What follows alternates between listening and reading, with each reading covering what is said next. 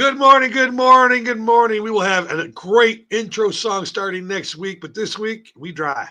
It is Get Money Sports. This is your host, DC.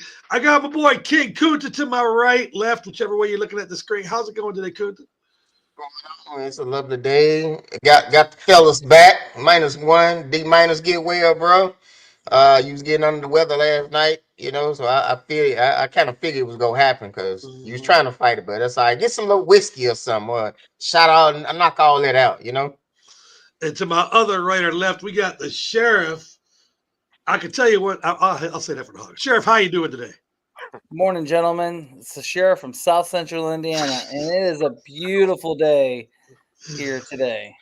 I got to know, what is the temperature in South Central Indiana to make it a beautiful day? Well, today the high is going to be 44 degrees, so Fuck it's that. Fuck that. That's hey, not. it's better. It's better than 9 degrees than what it was yesterday. I was going to make a comment on it. Isn't it funny when you're like 9, 10, 12 degrees, you get to 40, you're like, God damn, it's summertime. That's not me. And you're not going to notice this guy in the first half of the show, but look who I got down below. The sheriff. I got TKO in the building. What's up, Teddy? What's up, man? Happy to be back. Everybody, I've been with my daughter playing basketball for the past couple of weeks. Today is the last practice, so I'm back. So the good news today, there's two good news, Hawk, and I just want your evaluation on this. Which one is the better of the news? The first news is in DC's challenge today, we're doing WWE history. And Teddy can't make the second half of the show, and D minus is out. That's one good news, which means just the three of you are going, which I know everybody's drooling because I think all three of you got a chance. With Teddy and D minus there, I'm not really sure. So the other good news is Kunta has zero chance of going to HR today. What is Woo! Get ready to hear some fucked up shit, fellas. The keywords there were going to HR today. Yeah, I heard that. Oh, You Quincy, you know how this show works. You know how this show works. That they'll hold on to it. Everyone will hold on to it, and then next week when the HR director gets back, you know what time it is. So I'm not bringing out. I just need nobody, no snitches, right? No snitches. We all in this together. Hey, I What? won't tell on What? nobody. What? Yeah, What you got? right now. Stay tuned. All right, we'll talk after the show. I can definitely, but I promise. All right, so we're gonna do the Super Bowl halftime show. I feel like there have been I have watched so many talk shows, so many podcasts on the Super Bowl halftime show. So I feel like it's kind of time for our diverse brains to tap into this Super Bowl halftime show. So there was a young lady that posted probably the most accurate, to my opinion, of what happened at the Super Bowl show. So I'm going to play this right now, and then we'll talk about it.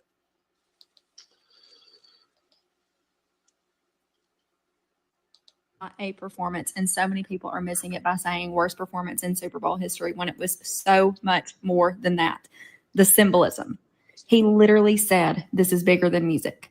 Like, are y'all missing it? Are y'all missing the point here? Uncle Sam being Samuel L. Jackson, telling everyone to stay in line and that's what they want. And all the other iconic cameos, which describe minority struggles with being seen as too abrasive whenever they're just fighting for their freaking rights. Kendrick saying, "The revolution about to be televised, you picked the right guy at the wrong time," which is a nod to Gil Scott-Heron, who said the revolution won't be televised. The people standing in a formation of the American flag, which was split in half during Humble. Like, how are y'all missing this? And the light crowd lighting up to say, "Warning, wrong way," with the American flag beside it, which just symbolizes America going backwards. Like, come on. Not to mention the smirk when he said, "Hey, Drake," and his necklace being the music note A minor. I know I'm not the right messenger for this, but honestly, it was just pure art. The amount of time that he had to put this together in is insane, and he absolutely killed it. All right. I'm going to let Coot go first. Coot, what did you get from the halftime show? So, first of all, I mean, it was art. He did an amazing job performing, but I'm sick and tired of these artists, our celebrities, using that. I'm tired of the talking, and this shit been going around. When it comes to race, this is nothing new to the black community. Nothing new. Kendrick Lamar just put it in a nice way, but this shit been going on ever since he came. But Kendrick Lamar, I'm tired of the march, and I'm tired of all this other stuff. These celebrities just talking and not doing nothing about it. That's what I'm tired of. First of all, if you really want to change stuff when it comes to race and affirmative action stuff, the black people, y'all know how much money black people spend in Target a day? Do y'all know? Anybody know? I saw $12 that million story. a day It's a in lot. Target.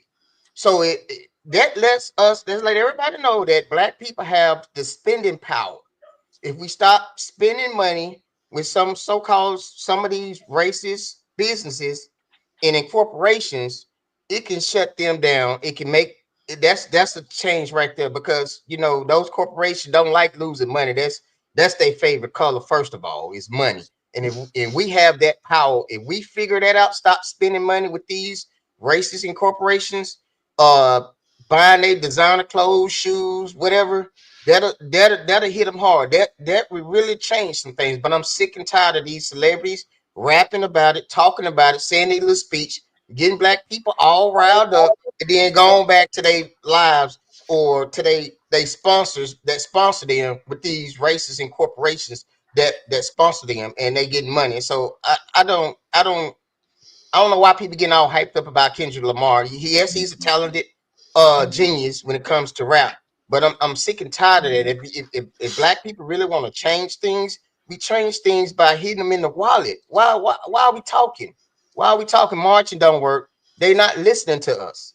So the only way they gonna listen to us is we stop their livelihood, which we have the spending power, because we spend the most money out of any race when it comes to fashion and whatever, any other. So that's what I'm sick and tired of. But he did a job. Continue on talking a good talk, rapping a good rap, like all the other celebrities. Sheriff, what'd you see from the Super Bowl? Good opinion there, Kunta. We appreciate that. Musically, I really don't follow him. So it was really hard for me to understand. I did see the American flag. I did see all the little hidden messages like game over, the PlayStation control, or I think it was a PlayStation control symbols. I like how he incorporated Samuel L. Jackson. Musically, I didn't think it was one of the best performances. But it is what it is. There's been a lot of like, oh, it was it was garbage trash. And then people are like, oh, it was the best ever. There's I think it's split 50-50. I don't think there's no in the middle. Either people liked it or people hated it. I've had a lot of conversations and seen a lot of things, like you said, DC, this week about the halftime show. I do think he's a great poet.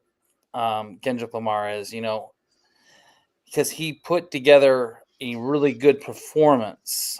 But musically, it didn't kind of go with me. So I'm going to let the last two guys go right after me. The thing I wonder here is, do artists, do you think that Kendrick really put all this together, or do you think we as people watch this shit and we make up our own stories and this one just fit? Because, when you think about all the thing that was in there, man, every time he said a sentence, something was going on. Was every single sentence in the song a statement? Because then that's like Kunta said, too much talking and not enough doing. I've said that my whole life. I believe these things make a lot more noise than talking about these things. TKO, what do you think about the halftime show?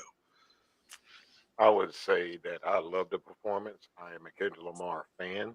So first and foremost, for me, I love the lyricist part of him, not the performance. So again, the spectacle of it all could take away the messaging of what he'd always been saying and always been preaching when he lyrically puts it in his terms. What irritates me the most is when people certain things ain't meant for everybody. Good example. I don't listen to Lady Gaga. I can care less.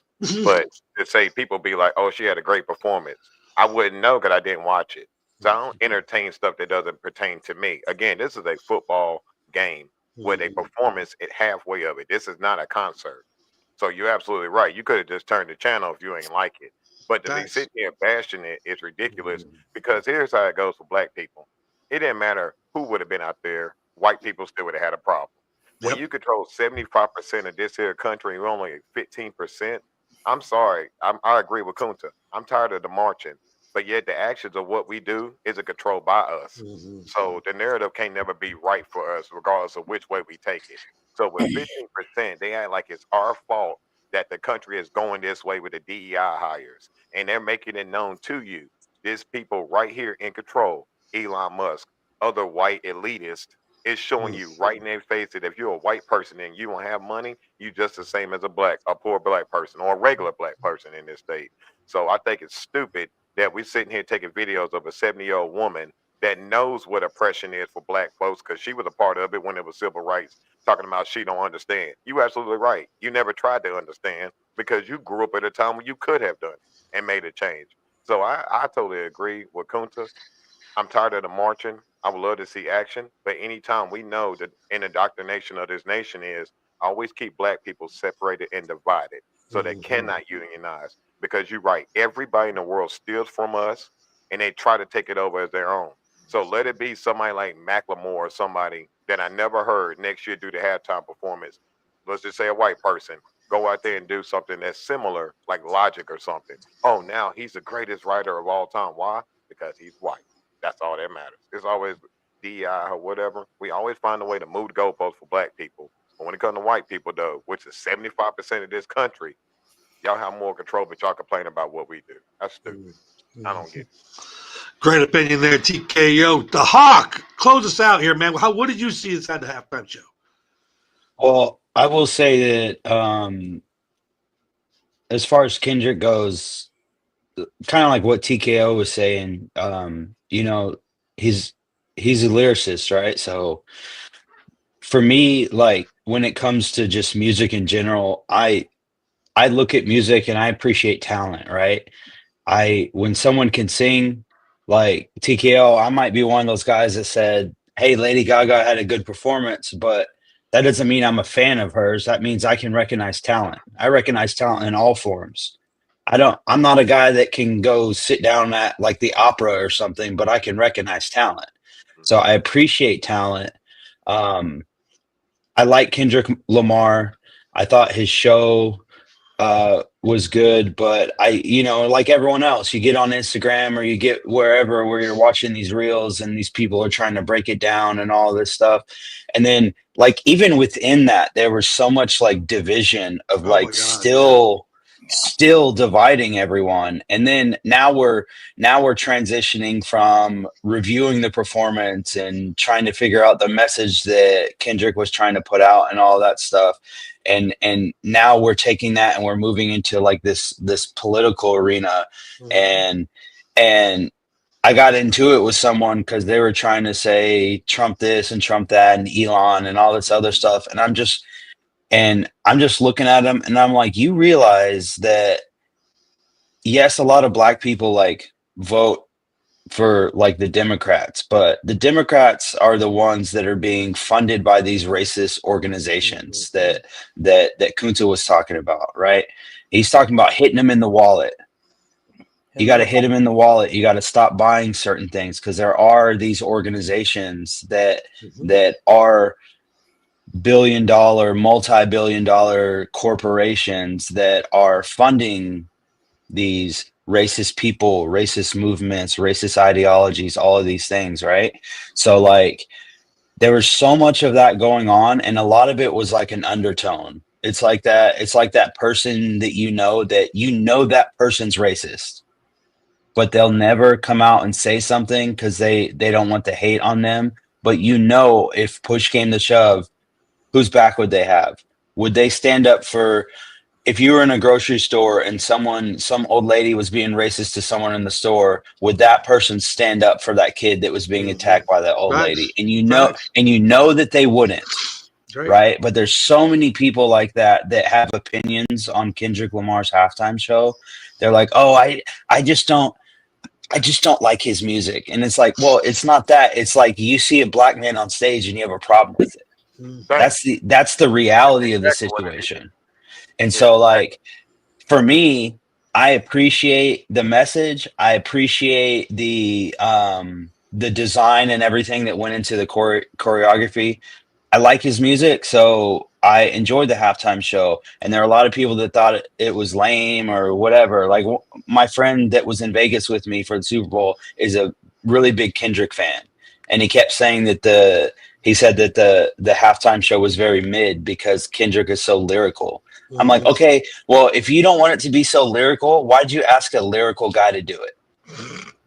You know what I mean? Like when I Yeah. was growing up, I was just happy to see someone that was remotely close to my age because Mhm. when I was in high school, I think it was the Raiders and the Buccaneers in the Super Bowl, and the halftime show was Sting. I was like, you cannot be more out of touch with your audience right now than asking Sting to perform. It was just Right. crazy to me. So I thoroughly enjoyed it. My girl was dancing on me the whole halftime show. So listen, no complaints here. I'm good. Trust me. I think if I remember correctly, the halftime shows were very boring for about 10 years because of the whole Janet Justin Timberlake incident when the Ravens and the Giants played. Mhm. What a great halftime show for about 4 seconds. That was a Yeah. great Oh, yeah. halftime Oh, show. yeah. speaking of that, let's add on to that, right? So Justin Timberlake apologized about maybe 3 years ago, saying that he should have stood up for Janet that whole time. Now it's hindsight again. Yeah. You wipe your hands clean because you let the black woman take the fall for something that y'all both had some part in doing. You Yep. got away from it. I still love Justin Timberlake, by the way, so I'm not dissing him as an individual. But what I'm saying is your actions show exactly where you align at. 100%. You would have got 100%. that blood on you, it would have messed you up. And so it goes back to, I'm sorry, and I'll be real quick. When it goes back to voting power, and I'm not trying to be so political, but in this country, when you have 15%, it don't matter. If all black people would have voted, we still would have been outnumbered. So you're right, Kunta. It's unionizing us is the problem. Because again, we find separation and divisions in our own selves because of what we're trying to get to rather than where we are. So I just think it is an underlying problem with, again, putting black people on the stage. And again, this is a football game. This is not going to the going to Madison Square Garden to watch Kendrick Yeah. Lamar. If you don't like it, then turn it off like I did. Again, Fact. guy's Facts. talented, but I ain't talking about him. You know what I mean? Facts. This segment has been brought to you by Gatorade. This is the. Nah, I'm not going to say. I'll tell you after the show. Remind me to tell you after the show about Gatorade. This segment is by Gatorade Sports Drinks. Remind you that ethics are something we should all practice. When you give everything, Gatorade gives back. Well, guess what? I just read that, and I've had a change of heart. Gatorade contacted. I had to ask Gatorade about running the halftime show, and they said they would rather we did not run it with their name up there. So this bonus feed right here is from me. Gatorade, fuck you. I don't need your money. I like your money, but I don't need you. You're not going to tell me what I can and can't do on my show. We're going to go to the next segment now. D- says Matthew Stafford is being linked to the Giants, and Aaron Rodgers, you son bitch, D- is not being linked to the Raiders. He's just being funny. I looked. I didn't see none of that. But he says to the Raiders, where do you think each of them is going and why? Let's let the sheriff start off. So I saw a few legit reports, Sports Illustrated, that Aaron Rodgers is somehow being linked to Indianapolis. I don't know why. I don't know why, but he doesn't need to come to Indianapolis. Matter of fact, there's billboards in Indianapolis off of 465 that have his billboard on there, and it's crazy. I think Rodgers. I think he goes to an NFC, back to the NFC somewhere. All right. Maybe the Vikings. All right. TKO, where is Aaron Rodgers going? We'll do Matthew Stafford second. Where's Aaron Rodgers going? I would say, now, in my opinion, when it comes to the draft and how they could move some things around, I would say, probably. Oh, this sounds horrible. Cleveland. That's And what I've heard that so much. They're Only saying reason they're I going to say send him that up there to because play with Watson. I don't Yeah. get it, but what do you think about that? I say the reason why is because if you're gonna go after Travis Hunter, then you need at least somebody that's a seasoned vet that can be able to work with that offense. I think they got a lot of good pieces they've been building throughout the years. They just don't have a quarterback to command. Because I'm sorry, Deshaun Watson's done, regardless of injury or not. I hope he gets better. But I do believe with a team like that, it would invigorate the team offensively because they're not that bad. Mhm. I think they do need to trade Myles Garrett before it becomes more of a problem. But I do think Aaron Rodgers would be a good fit for Cleveland Browns. Hawk, what do you think? Aaron Rodgers will play for who this coming up season? I think it's likely to be the Raiders, honestly. The whole Indianapolis thing actually makes zero sense because you don't need him. I'm not saying Anthony Richardson's the best guy in the world, but there's still meat on the bone there. You still got to figure that yeah. out, right? Oh, yeah. He's super talented. Arm strength is out of this world. Like he's good. You just got to give him a little bit of time. But as I looked around the league, everyone wants the prophecy to be fulfilled, right? Aaron Rodgers, they want him to go to the Vikings because that's what Brett Favre did. You know, they're saying, oh, could this be another thing where Aaron Rodgers goes to the Vikings? But last time I checked, they still have their first round draft pick from last year that hasn't JJ. played a single snap for them. So maybe in training camp they figure it out because I don't know if you remember, but JJ McCarthy Stud. was in camp and they were talking about, oh, he's going to beat out Sam Darnold for this starting quarterback position. So why would you bring in Aaron Rodgers? I understand Sam Darnold's probably going to leave in free agency and go somewhere 100%. else. 100%. Like, I get that, but like this needs to be JJ McCarthy's team.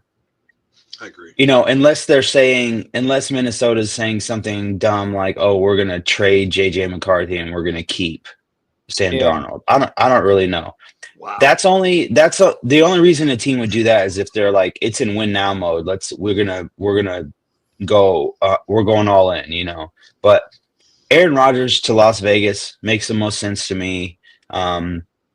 Boo. He's not like. He doesn't have much time left, you know. Him and Matt Stafford are in the same boat of like not having much time left. It's not like you're giving these guys 5-year contracts or whatever, you know. You're gonna do 1, 2, 3-year contracts with these guys because you don't know what either one of them have left. I mean, I think Stafford has more left than Rodgers does at this point, agree, but totally. it's not by a lot. So, all right, Coot, where do you think Aaron Rodgers is going, bro? I'm with the Hawk on this with the Raiders because the You're a Browns. hater. Travis Hunter, I don't know if y'all know this, but he's been practicing on defense, like these training camps. Yep, he's been doing defense. So I'm thinking he gonna go in the draft as a defensive player, like a cornerback or something. So I mean, he entered the combine as a defensive back, just in case everybody didn't defensive know. back, Yeah. right? So for Aaron Rodgers to go to the Browns and depend on Travis Hunter, that's not going to be a good fit, especially if he's going to be a defensive player. But I'm going to haul it with the Las Vegas Raiders. So, and the thing is, like, you already had Devontae Adams over there, so now you leaving him going where Devontae Adams' team was. So I don't know, but my best place for him to go is to the couch and retire. I agree. It's That funny part. you said that because my answer is Rodgers is not going to play this year. And it's not because he's not going to be on a team. I like the algorithm of what happened with Brett Favre. We all know that Darnold is leaving. My wish is that Darnold goes to the Raiders. They're talking. Brady loves him. Pete Carroll coached him. That's what I'd like to happen. You know, I never get what I want, but, you know, I have Matthew Stafford actually going to the Giants. And I have Aaron Rodgers going to Minnesota to back up J.J. McCarthy. Just being honest. I feel like he's following the same path that Favre took. I do Green too. Bay, the Giants, or excuse me, the Jets, and then back to the NFC North to the Vikings. Yep. The Giants are going to draft a quarterback this year, and who's going to mentor said quarterback? I really think that's where Stafford's going to finish out his years. Teddy, you had something? Right. And I was going to say that. Do you think that'd be a good fit for Darnold with the Raiders? Because no disrespect, No. I don't think the Raiders have enough talent to put around Darnold. Right. Darnold wasn't doing this with a bum team. He Yeah. had great wide receivers with him. So that's Yeah. a big difference, too. I don't think Sam Darnold, it reminds me of Carolina. You can only get but so far with the talent around you. So if you go to a team that's worse and they're trying to rebuild, Darnold's not your guy. So if he's taking the money, no problem. I'll agree. Oh, to he's that. going to take the money. No Yeah, matter where I'll it take the goes. money too. Right. And then the last thing I would agree with, say to Kirk Cousins, we ain't even factor in the fact that he's possibly going to get picked up because No, of he's the not. Atlanta situation. He's- Somebody's going to pick him up. I think he's going to stay right where he's too expensive, and he sucks. I don't know. That's Well, they're going to cut him. You know what? I'm gonna write They were asking. I know the Rams were asking quite the draft pick haul for Matt Stafford, right? Mhm. Matt Stafford's guaranteed money in 2025 is only $5 million. That's it. Yeah, he's So- definitely going so somewhere. I understand that, right? But like to think that Matt Stafford at this point is going to garner a first, a second, a No. 2/3, and a No. future third is crazy. Nah. The Rams are insane if they think that a team is going to pay that just because, like I was saying earlier, how much time does this guy have left? This isn't the Matt Stafford that you traded for from the Lions at that point. Facts. Yeah. He's been injured several times since then. And I'm not even like really bringing up injury for him going to a new team. I'm just saying every year for the past 3 years, probably the offseason talk with Stafford is he's undecided if he's going to play the next year.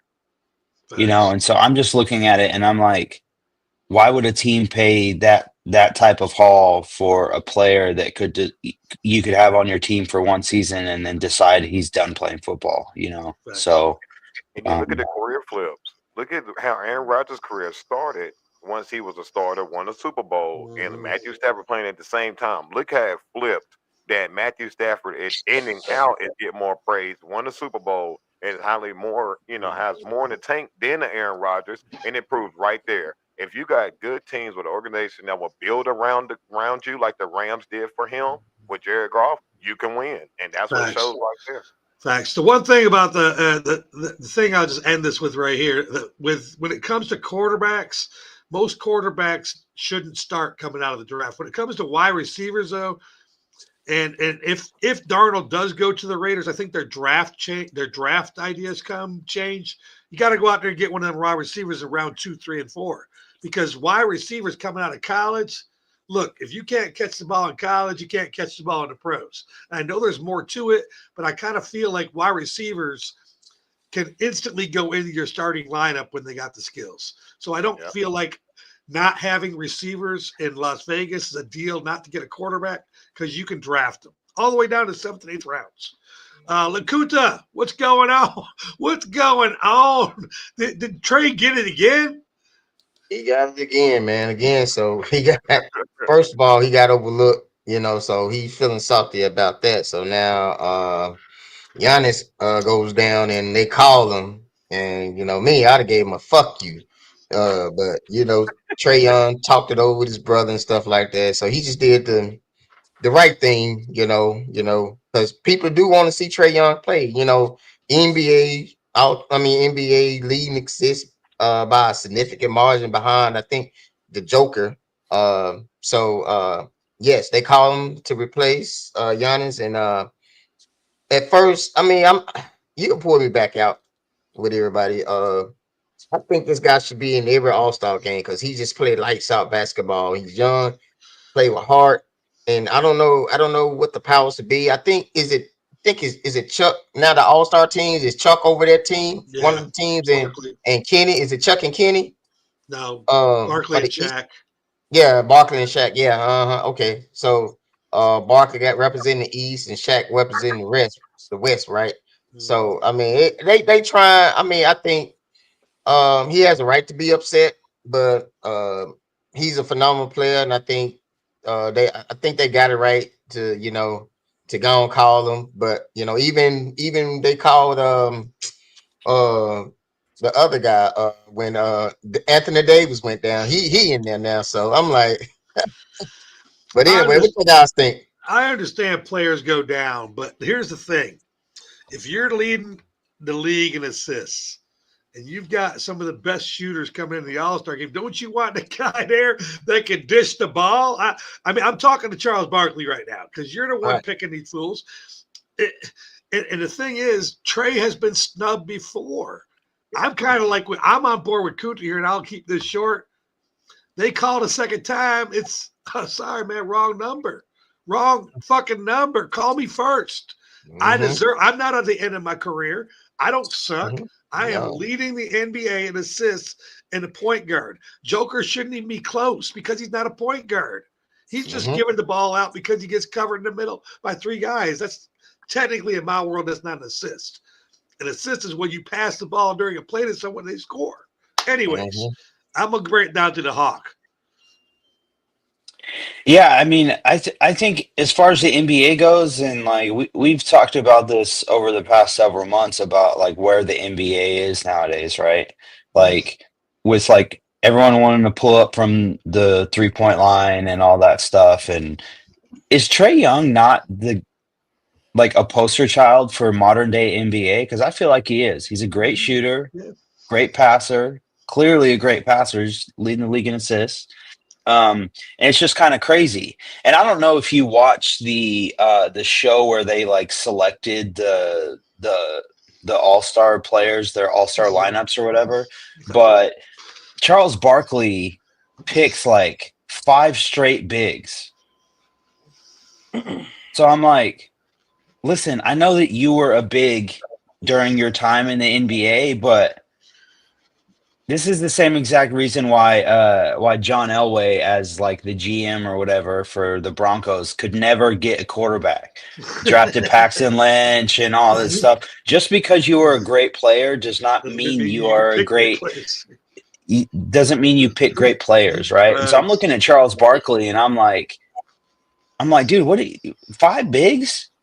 What are we talking about? I understand if you're looking at bigs and you're talking about like an uninjured Anthony Davis or the Joker or Giannis or like people like that, but there's only a couple of guys that fit that criteria. Then outside of that, you got to go get some like real talent, you know? Yeah, like who's gonna run the court? Exactly. It ain't gonna Like be you the need, bigs. yeah, you need someone to run. You need someone to run your offense and to make calls and all that type of stuff, right? Trey Young should have been selected. The fact that he wasn't was ridiculous. And DC, I'm with you and Kunta. Bro, you guys are better than me because you answer the phone. I see that number come across. I know who it is. I'm hitting that red button. Don't call me. I ain't got time No, for you. you have to answer it so they know that you're not gonna go. Because Yeah, they might just think you missed a call. No, I'm more petty than that. I'm a straight ghost them. And then when I see him, when I see him in public, they're gonna be like, "Bro, you didn't see that we called?" I said, "Nah, bro, I didn't. I must have missed it. I didn't even see it." No. I'm gonna talk to him. I'm pettier than that. I'm gonna talk to him. Petty. And I want fuck you. petty. Yeah. And then I'm going to the All-Star game, sitting on the side where the players at. That's Right. that's how petty I am. I'm a little busy right now. I'm assisting my wife. TKO. TKO. Well, what's going on in Atlanta with Trey, man? Why can't Trey get no respect? I agree with you guys. I think that with his stats and again the faces of how the young people today play basketball, it doesn't make sense. You don't put this guy right out here on the court for an All-Star game. We're talking about a check here, ladies and gentlemen, because the number one problem I have with the NBA is why do y'all change up everything every year that nobody's asking for? I don't give a crap that Shaq and freaking Charles is picking teams. This right here is a glorified 21 game of 21 basketball. I consider the local rec gym, and that's why I don't watch the NBA as much. It's just a pickup game. I'm tired of watching it. Like, why is somebody going to invest in nobody playing all points of the floor? That's the most irritating thing. Again, I sound like a grandpa, but it's stupid to think that shooting 23 pointers is more effective than a wide open layup because everything's wide open. So I would say with Trey, he's a dynamic player, but at a time when everybody's doing it, he can get overshadowed, and that's what's happening. And then last part, it's a popularity contest, and It it's always just, is. they're right there playing right, correct. So, and knowing that, yes, I would have answered the phone. Thank you. You know what? I would have took it because it's a paycheck. Because they're not really playing. So when you know they're not really playing, then I'll take the check, sit on the sideline, and get my money instead of sitting at the house watching the same game. And I Yep. get that side too before the sheriff goes here. You got to remember Barkley, if you watch Inside the NBA, which was one of my favorite shows, Barkley never liked Trey anyways. So why would he pick him? You know, if you're going to pick playground style and I'm Barkley and you're Shaq, I'm not picking motherfuckers I don't like because they're good. Right. If I wanted to win, it'd be one thing. It's just a glorified basketball game. All right, you won in the backyard. Big deal. That's all it is. Sheriff, what's wrong with Trey in Atlanta? What would you have picked Trey if you were Shaq? You know, it's hard to picture you as Shaq right now. I'm looking at you. Potentially I would have picked Trey Young because Trey Young is a talented person. He's got a lot of skill. Okay. But like TKO said, it's a popularity contest. He's gonna be like, that'd be like them picking me to play. That ain't happening. No, it's not. No. But he told me. He said it first. Am I going to HR? Oh, that's right. HR's not here today. Sorry, Sheriff. Go ahead. So, him being not the most popular player in the NBA, and he's a mid to average player. He's got what? Skill. Are you saying? Okay, let me ask you this: would you trade the current starting point guard of Indiana for Trey Young right now, straight up, no money? I would not trade Halliburton. No. Yeah, you're stoned. You're crazy. Halliburton. You're crazy. I didn't say Halliburton sucks. Yeah. Right. He couldn't hold Trey's jock on a point guard spot. I'm just being honest. Anybody else want to chime in on that? I agree. He out there by himself. I mean, I agree. He's a great talent, but he's not Trey Young. All right. I don't know, Sheriff. I don't know. I'm going to stay in full mode here because we're on a short time. The PGA Tour has asked. Let me see. I got a lot of nicknames for this guy. That guy with the wig, the red wig, to step up in and try to negotiate with the Saudis to get the PGA Tour back on top. Is this necessary for golf? I just wrote down ridiculous. Golf is like the one sport that has no drama in it, except for when Tiger Woods married that white girl. That had a little drama. That's about the only drama you ever see in golf.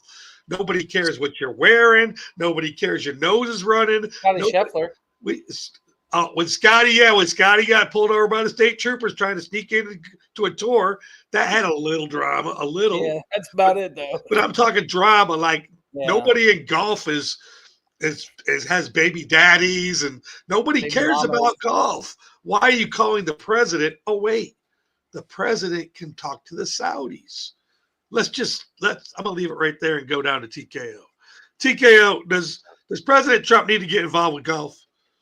No, because it's again another sign of white privilege. Because the good old boys is losing their money to another company that's willing to shove out more money to pay the actual people what they're worth, rather than the white guys gotta be on top and own everything. So I just think it's white privilege at its best. What does a president have to do anything with golf right now when he need to be worrying about lowering the price of eggs? Again, everything that he's not doing is more important than what we need to as America. But making sure black people and other people of color can't get jobs because, the merit of their work. Again, it goes back with golf. Why do we have to care for, again, white man problems with white money that has nothing to do with black people or anybody else? So again, white people problems. I got to stay out of that. See, every once in a while when I'm producing the show live, because I really we have a script, but nowhere in there does it say go to Teddy next.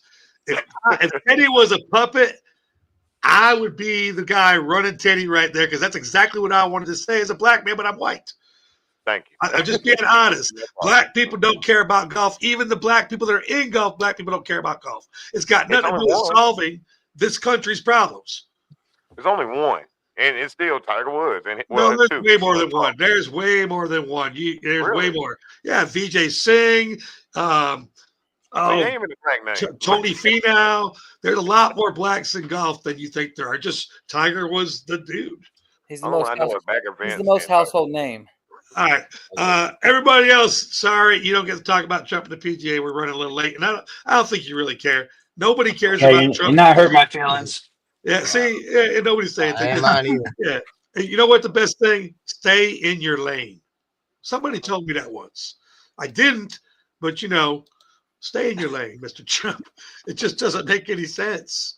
Our next segment is brought to you by something. I got to turn this page. Oh, Burn by Where do I got a story? Burn by Rocky Patel. Burn, baby, burn.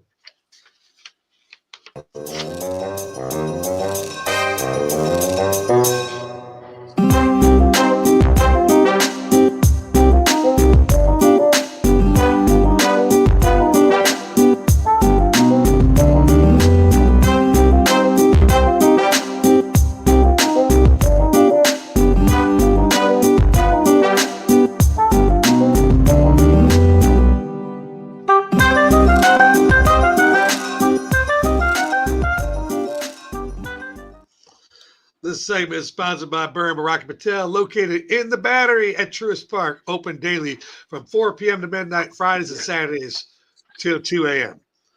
I'm sorry to report, but the titty streak has ended. And I'm going to let you know. I'm going to let you know, last night I thought was the best chance I've ever had for a three-peat. But I guess in sports, we just don't three-peat. That's just how it happens. It was kind of a cap, but not really a cap. It wasn't on purpose. Sorry, Patrick.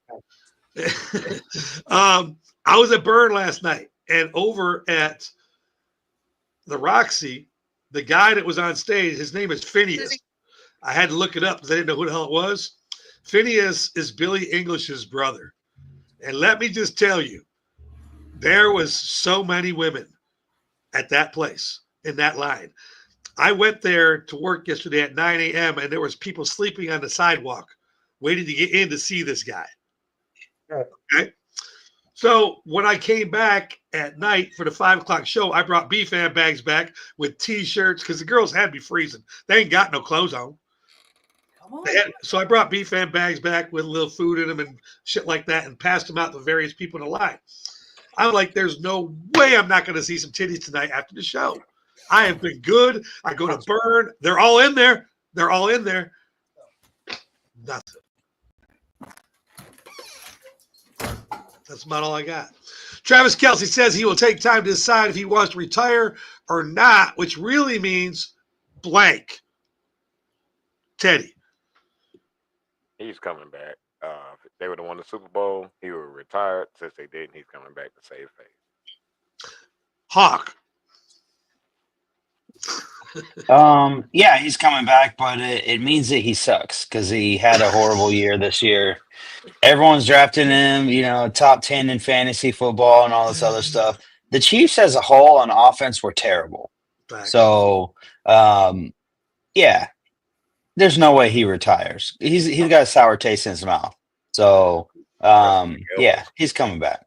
King Kuta. I think he might retire. Give it Taylor Swift. They live in a house, break up. She write a song about him. He feel all sad. Now he goes back. I think he'll take a break and then come back like Gronk did. But it's gonna be on terrible terms. I swear to God, when you started that answer, I was like, that motherfucker wrote my answer. Yours is way better though. But I'm gonna give you that. I'm gonna give you the happy scenario. Yeah.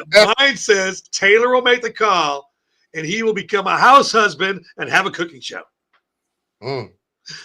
Sheriff. Mr. Swift will retire.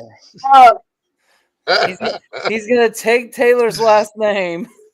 Oh, he's not being Kelsey Swift. They're not switching it, or Swift Kelsey. No, he's going to take Taylor's last name. Wow. He's going to ride her coattails. He's going to be Mr. Mom. you know, he may have a cooking show or some other, you know, I think he's done. Hey, so when the last time Taylor Swift had a hit? You think it's about time to have a hit? I mean, she hasn't had a breakup hit in a while. Okay. They're in love. It's coming. All right. So after being ejected on Monday against the Trailblazers, Jamal Murray blanked the Trailblazers Wednesday night, putting up a career best 55 points. Hawk. He. It's a good word for that. I mean, he definitely helped him. I mean, what do you expect? He put 55 points up in a game, you know. I guess you could say he screwed him over because he got ejected because, you know, but he put up 55 points in a game. What are we talking about? You know, that's rare company. Facts. Kuta. Blazed. He blazed the Trailblazer. Oh, nice. Nice play on words. I have reminded him who the man was. You kicked me out on Monday. Let me remind you who the man is before I leave this town. 55. Here, take this. Sheriff. He shanked him. Oh. That must be the South Side. Wait a minute. Hold on a second. I got it. Hold on. That's the prison yard. Is that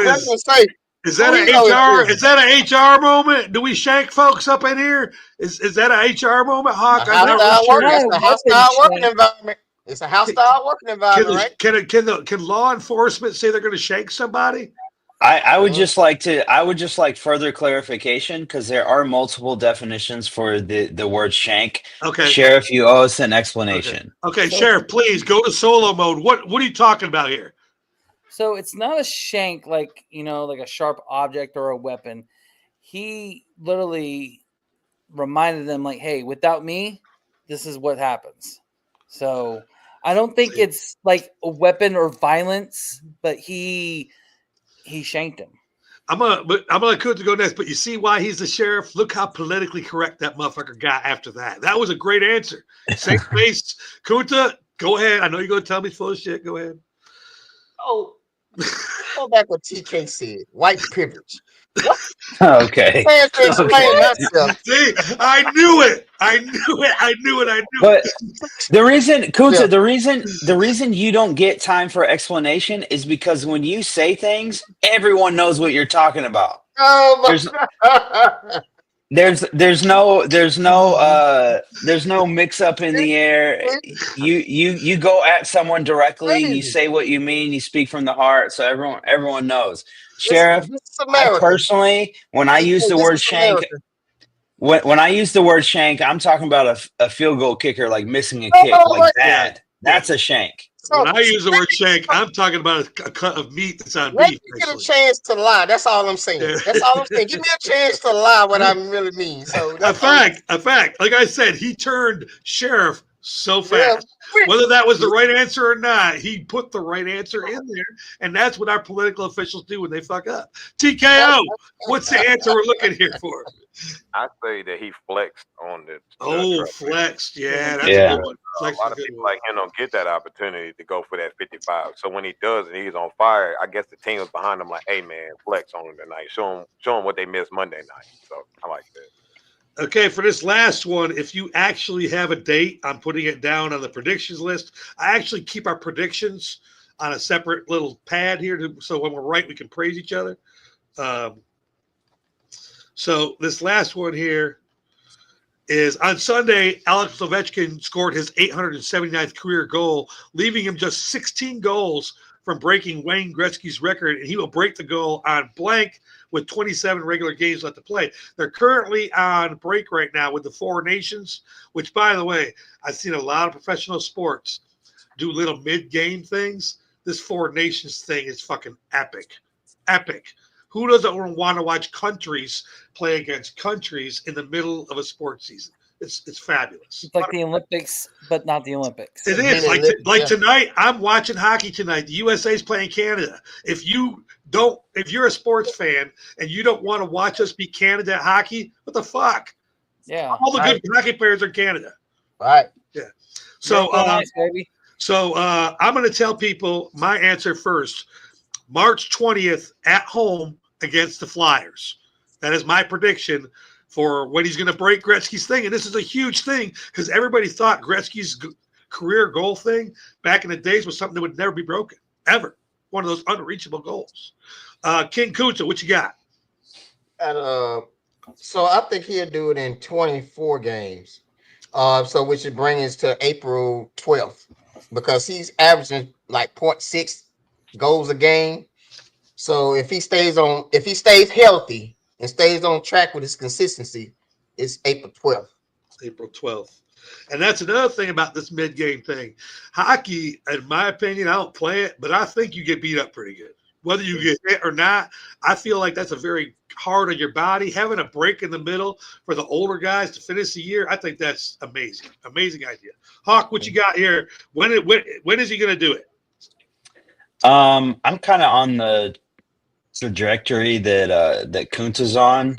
I know that he'll probably get pretty close, and then he'll do that thing that every athlete does when they know that they have a record close and they start trying too hard. And then, so give me hold on, let me get back here. Okay, give me April 15th against the New York Islanders.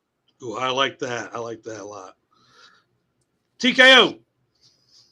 All right, so I'm not heavy on hockey. However, I do believe, like what the Hawk and Kuta was saying, I think it'd be close. So I got him down against the Blue Jays the game before that on the 13th. I got that game right there. I think he'll beat it.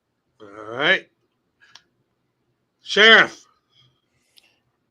So just for clarification, Teddy, you said the Blue Jackets.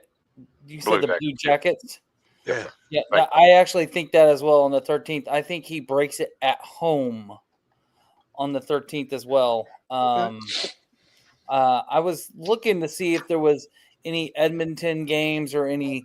Yeah, me too. I know Gretzky played for the Rangers, so I think honestly it'll come down to the second or third to last game of the year. But the 13th, I think Ovechkin, it'll be history. Something that we probably all never thought would happen. Very, very cool. All right, it is time to spice it up.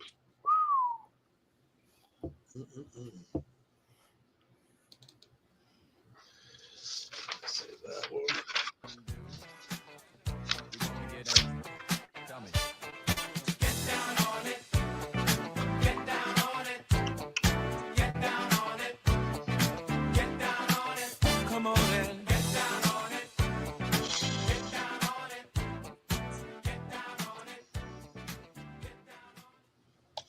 This segment is brought to you by Spice It Up, the best smoked meats in Southern Georgia. Holla at Joe when you want your meat smoked right. Pause. You can call Joe. You can see Joe. You can see the website down there. Spice It Up Catering Services, atl.my.canva.site. I don't know where Joe is this week. I didn't talk to D- till late this morning, so we're just going to start this off here. Top 5 NBA All-Star dunks of all time. Man, did I fuck up. All right, so anyways, I did not use the word All-Star, so I'm out. Damn. I'm still going to play my video, though. Fuck you. I'll probably go to HR. I didn't read the question right. I did the best NBA dunks of all time, so I'm just going to skip myself here. Kuta, who do you have at number 5? Best all-time dunks, NBA All-Star dunks of all time. Yeah. Number 5, the White Howard, the Superman cape, that Superman dunk. Yeah. That was new. That was so that grabbed a lot of attention. You know what? Before we go a bit further here, you know what your brother's number 1 was, right? I do. So if he violated, that wasn't the All-Star game, wasn't it? It was in the dunk contest. Never mind. Backing out. Damn, I thought I caught his ass. Hawk, what do you got number 5? I got the same one, the Dwight Howard one. Man, that is deadly. That put the cape on, all the good stuff, and and first of all, a big man should not be able to fly like that. That man, and a part of me, a part of me wanted to go in the way back machine, you know, and all my dunks are relatively current, but listen, this whole panel could go get some Dr. J dunks and we could do a top 20. Yeah. Dr. J was a man. Oh, I my mean, God. Definitely. I mean, you could do a lot of people like that. Like I know one guy you know a lot about, Sean Kemp. You can make a top 20 yeah. Sean Kemp. He's the nastiest dunker I've ever seen. Oh, my God. Just so Oh. violent. TKO, who you got number 5? I got Aaron Gordon. His dunk over the mascot under his butt to dunk, Yes. that was wild. I Like seen that one. somebody be that tall, and that was crazy to me. I think that Aaron Gordon. And you know, most mascots, they're not very smart. So getting a mascot to do what they're supposed to do and jumping over them, not, you know, there's a lot of danger inside that. When He Sheriff, Mascots ain't smart. yeah, Remember, the head of the mascot is probably Yeah. about 7 foot, 8 foot. So he's jumping Yeah. over a whole person in air, catching it under his ass. Dunk. That's crazy. Sheriff, I had a lot of fun with this list. I had Dwight Howard at number 5 with the Superman. Again, you know, everybody spoke on it pretty much. Big man. It was fun to watch. 2008 was a fun year to watch the NBA dunk contest. facts. I did dunks of all time. Y'all remember when Dwayne Wade dunked on Kendrick Perkins? Oh, I do. Yeah. Yes. That was my number 5 right there, because I see Kendrick every day on, you know, on the Sports Center. So Kendrick Perkins is a big dude. Number 4, who you got? King Kuta. Nate Robinson dunk. When he Oh, my dunked, God. that was Superman. Oh, do I have? Y'all see those? Yeah. If Superman's He- number 5, shit, who do Yeah, something he with won Superman? like 3 Yep. consecutive dunk contests. Mhm. That joke is nasty. Yeah, Nate's arms were so long. Like he could just do crazy stuff. Hawk, who you got number 4? First of all, Nate Robinson, a Pacific Northwest guy, was dethroning Dwight Howard as Superman and came out as Kryptonate. I don't know if you Yeah. remember Oh, that. Kryptonate. Yeah, that's Yep. right. Yeah. Yeah. Mhm.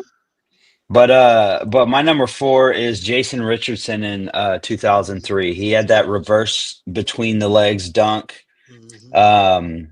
And he was the only dunker that year that put up two 50s in the same dunk contest. He ended up winning that whole dunk contest. So Won it 3 Yeah. years in a row. TKO. I'll go with Zach Levine with that windmill from the free throw line. I mean, good God, legs flailing. It's one thing Dominique did it, Julius did it, Jordan, but the style that he did it is ridiculous. The airtime he had, he was, oh my God, that's dope. and the violence at the rim, because like some Yeah. people barely get the dunk, but like Oh, he he got the didn't whole barely rim. get that. Yeah, Could have took a whole step back behind that that thing line. was Just got authority. that one off. Oh man, he's Like they say in the porn industry, he went all the way to the back. Sheriff, who you got number 4? okay. I had Jason Richardson as well as the Hawk. I don't know if you looked at my notes or anything, but that reverse between his legs in 03 was amazing. You know, that was his 3rd year in a row winning it. He won it 01, 02, and 03. And then the next year, the Duck won it, Fred Jones. So 03 was an amazing year. See that, Hawk? You got to stay out of the sheriff's notes. Who do you got number 3? Brought to you by Spice It Up there, King Kuta. I know I'm getting some Pete back. Wilkins. Ooh, that two-handed windmill when they first brought it out, like that two-handed windmill dunk from. I was like, oh, Dominique Williams was something special, boy. Ooh. I'm gonna put an honorable mention at my number 3 for Spud Webb. You shouldn't be able to get that high at 5'4" and just fly. Yeah, look at it, it's like a fly. Hawk, who do you got number 3? My number 3 is the Zach Levine between the legs from the free throw line. That dunk, like we were coming off this era of like the dunk contest being pretty lame, and nowadays it's lame again. But like we were coming off an era, and so that was like some much needed like juice coming back to it, you know, because like there are a lot of great dunkers in the NBA, but like no one wants to get hurt, no one wants to participate, all that type of stuff. So I really enjoyed that one. I believe that was 2016. Yep, it was. TKO, who you got number 3? I go with the Jason Richardson dunk. The Mhm. reverse was at that time in 03, bro, game changing. When he went out there and did that, I was just stunned. I still to this day remember that dunk very fondly. So I go with Jason Richardson. I guess I'll go. My number 3 was Zach Levine. 2016. What he did from the free throw line was amazing, and who could top that? But there are 2 dunks that did top that. All right, and at number 2, this is you know what? I break the rules sometimes, and you guys know that, but I can't go to HR until D minus brings me there, and he's not here today. So my number 2 is going to be the Olympics, not the All Star game. Check out my boy Vince Carter. Mhm. Kick it out the Vin. Oh, that was nasty. And in case you don't know who that was, his name is Frederick Weiss, and he plays center for the France team, and he's 7'2". 7'2", and Vince Cato. I love Vince Carter. He said he never seen him when he jumped over him. He just seen the rim. He never How seen do him. you not see a 7'2" bright white guy? Bright white. Crazy. Kuta, who you got number 2?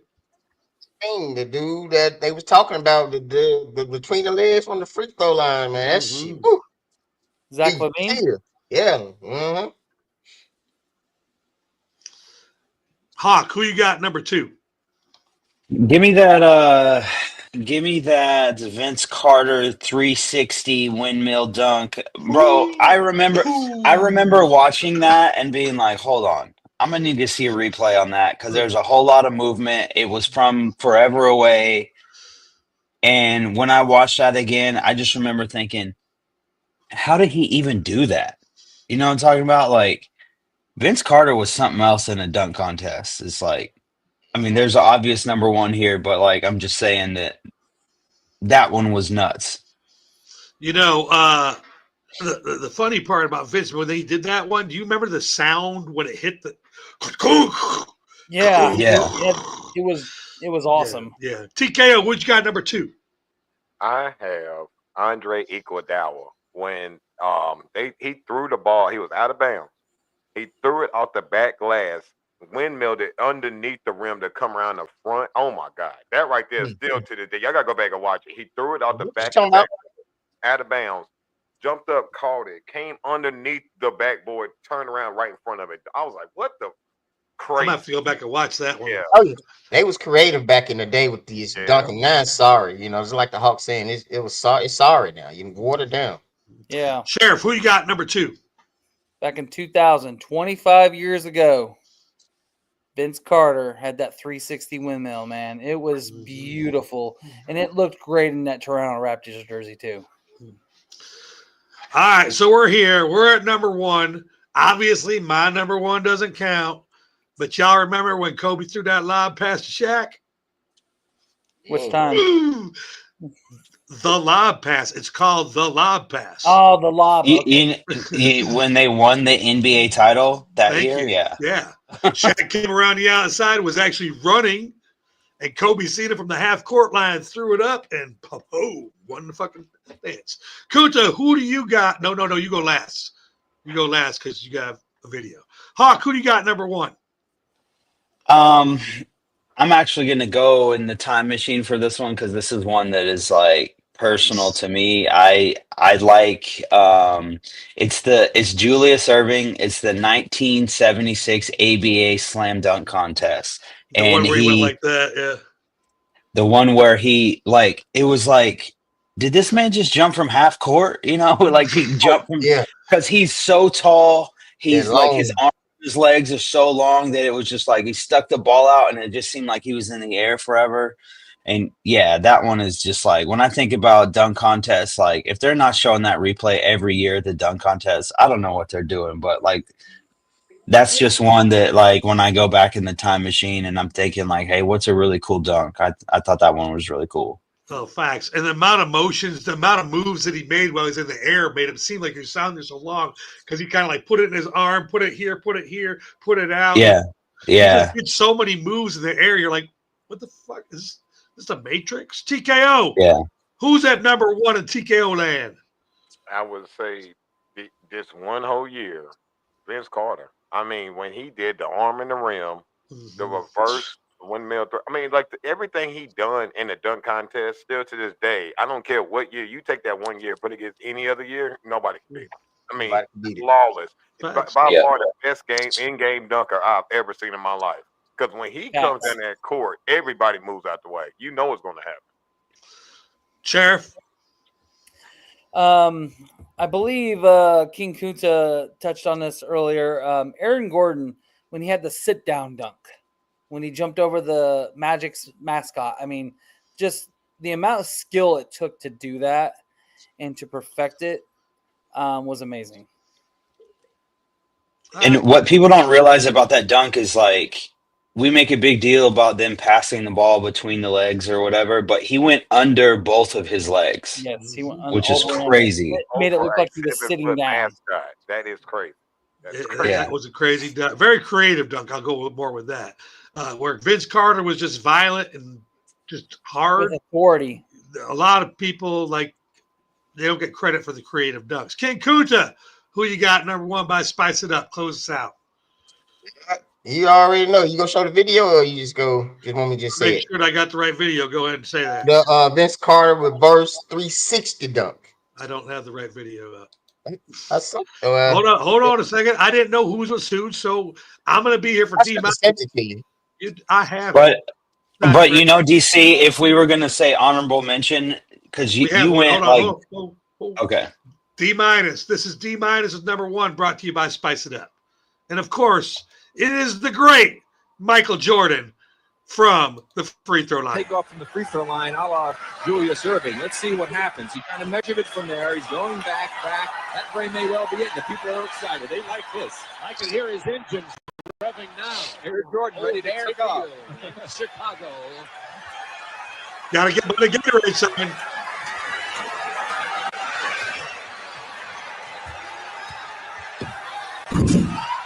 Oh. He took off just a little inside. You know, Good night, that was a great one. Irene. I mean, That was the day the Jordan brand began. Vince Carter. Which one is it? Arm in the rim. It's Oh, 2000. the three. 360 reverse Oh, yeah. 360 dunk. Reverse 360. 360 dunk. Yeah, it's right here. All right. Oh, his dunks is number one though. This Yeah. crazy. Yeah. Yeah. Like I just had to pick one. Yeah. All right. So here, Kunta's number one is go ahead, tell him, Coot. The reverse 360 dunk by Vince Carter. And here is Vince Carter with his first shot. Good night. Let's go home, ladies and gentlemen. It was One more 2000. time. One more time. Incredible. Unbelievable. I think he was There's the probably glove. to ever dunk. Behind his head. It's the Look at this. rim, I'm bro. saying. Rim. I mean, he's one of the greatest dunkers, if not the greatest dunker of all time. And some of the dunks that he was doing was pretty unbelievable. Jesus Christ. That's so much power. Oh, this So is a- much it's power. Like I used to do high jump in high school, and you gotta get those little steps before you go for that big jump to get over that bar. That's exactly how he's running up to the rim on that, all on his heels of his feet, bouncing. Oh man! And don't forget the one where he invented the dunk between the legs that everybody started doing after that. Yep. Oh, when he brought that out, that was so original. Nobody did it. That one- you talking about the one when he went like this? No, the one between his legs when he was up in He the went the between ball- his the legs ball and between in his air. and then dunked Yeah. it. Nobody did that. All right, TKO, we are at halftime. You staying for a little bit or are you taking off? I gotta take off, man. All Thank right. y'all so much. I'll be back next week, though. Thank you, guys. Y'all catch TKO on the Knockout Hour Mondays at 7 Be o'clock. safe, brother. I appreciate it. Y'all be safe. Love y'all. T, don't take no shit from that, from you know who. Meta Peace. They got a little Hey, girl there that pushes people around. Go ahead, Hawk. DC, I would say that a dunk that people don't really know about, but Patrick Ewing Jr., when he was in college, he was at, I can't remember the college he went to, but he went behind his back, like jumped, ball in his right hand, put it behind his back, and then dunked it with his left hand. I'll find it and I'll send it real quick. Wow. But it's crazy. Let's see. All right, this next segment we got coming up while he's looking that up is brought to you by Blue Moon Pizza. Oh boy, this is going to be a great segment.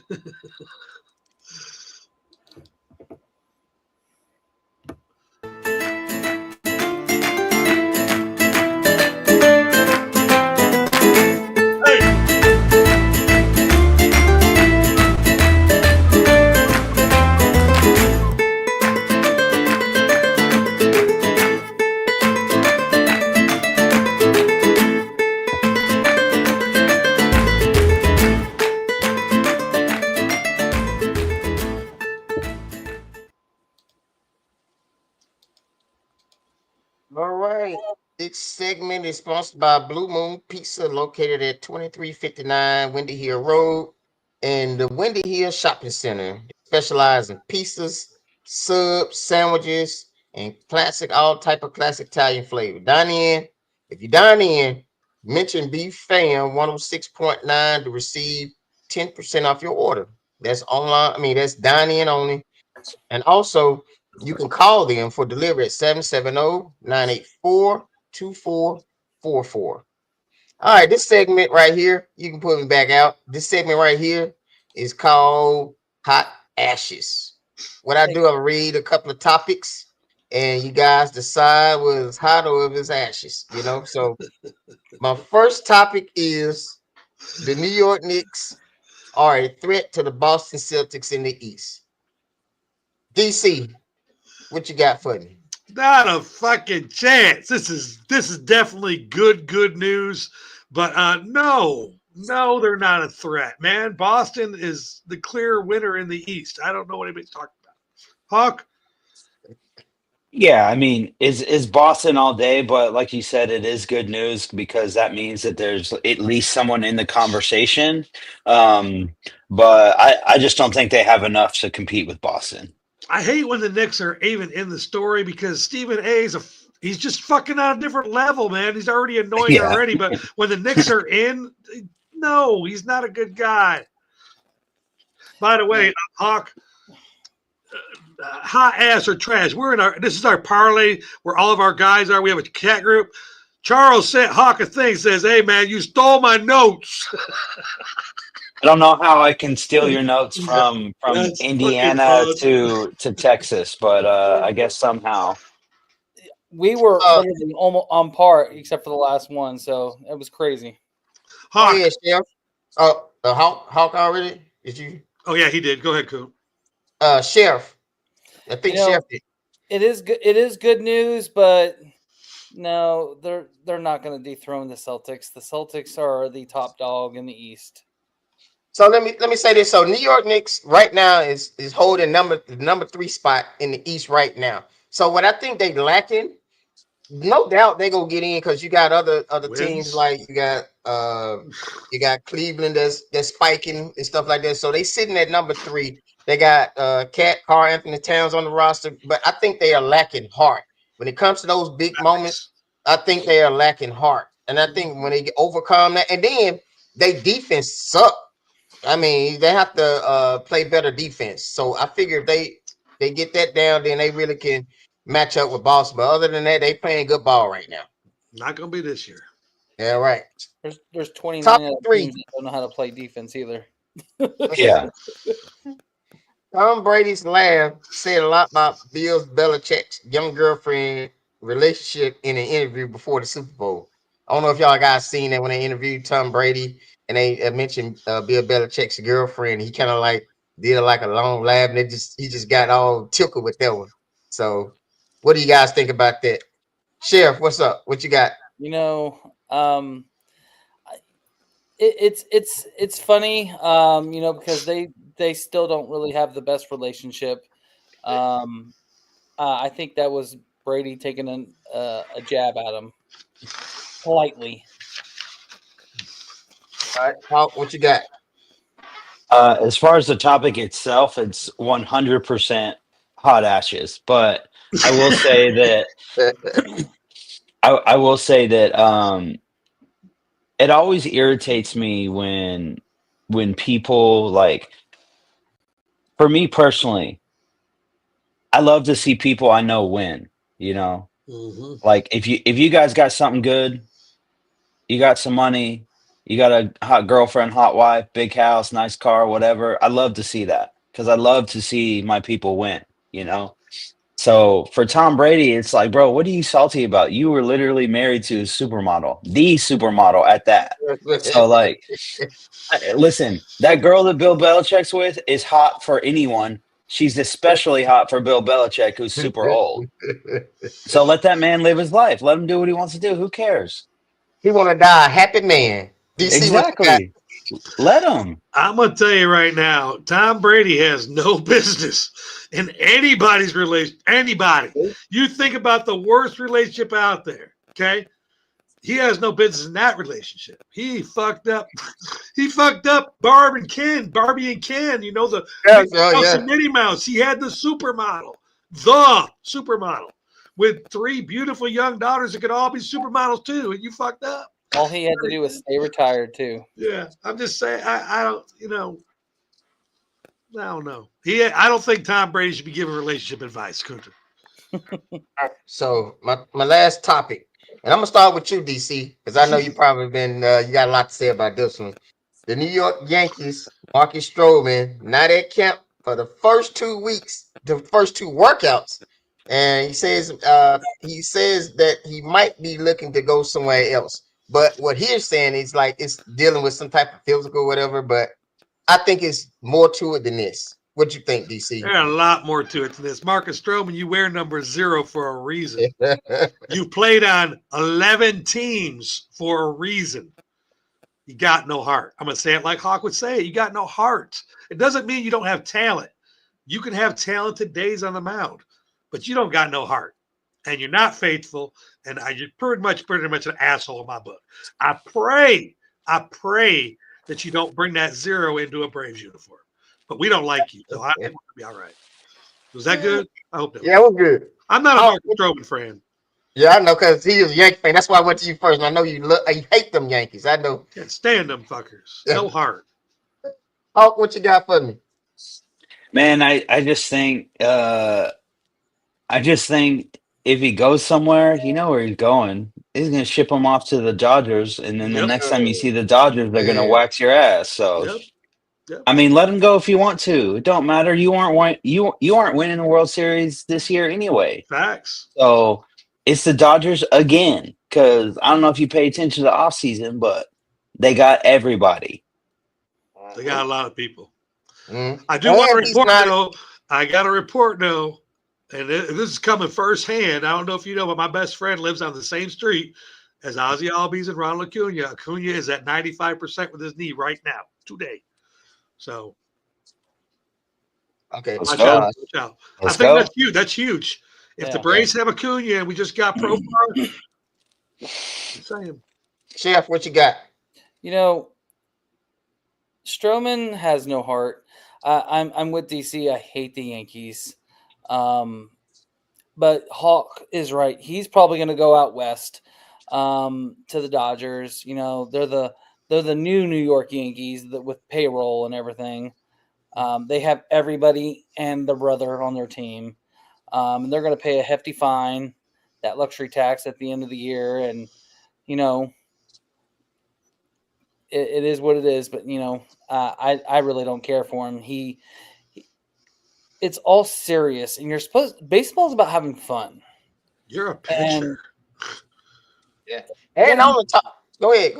You got to have fun, though. And if you're not having fun, then why are you doing it? I mean, obviously it's a professional sport, but to the ones that are having fun, like Acuna and, you know, the Otanis and all the other players that enjoy what they do, that is what it is about. Back to the basics. And on top of that, he's 33 years old, and he's not even projected to make the 5-man rotation because they already stacked. So I think he's doing it for a reason. He's making excuses, not showing up. I think he's gonna be elsewhere. So that's all I got for High Ashes, fellas. Nice segment. Appreciate you guys' insight on that. Great segment. This segment is brought to you by Metro Cooling and Heating. And guess what? We finally finished their ad. Here we go.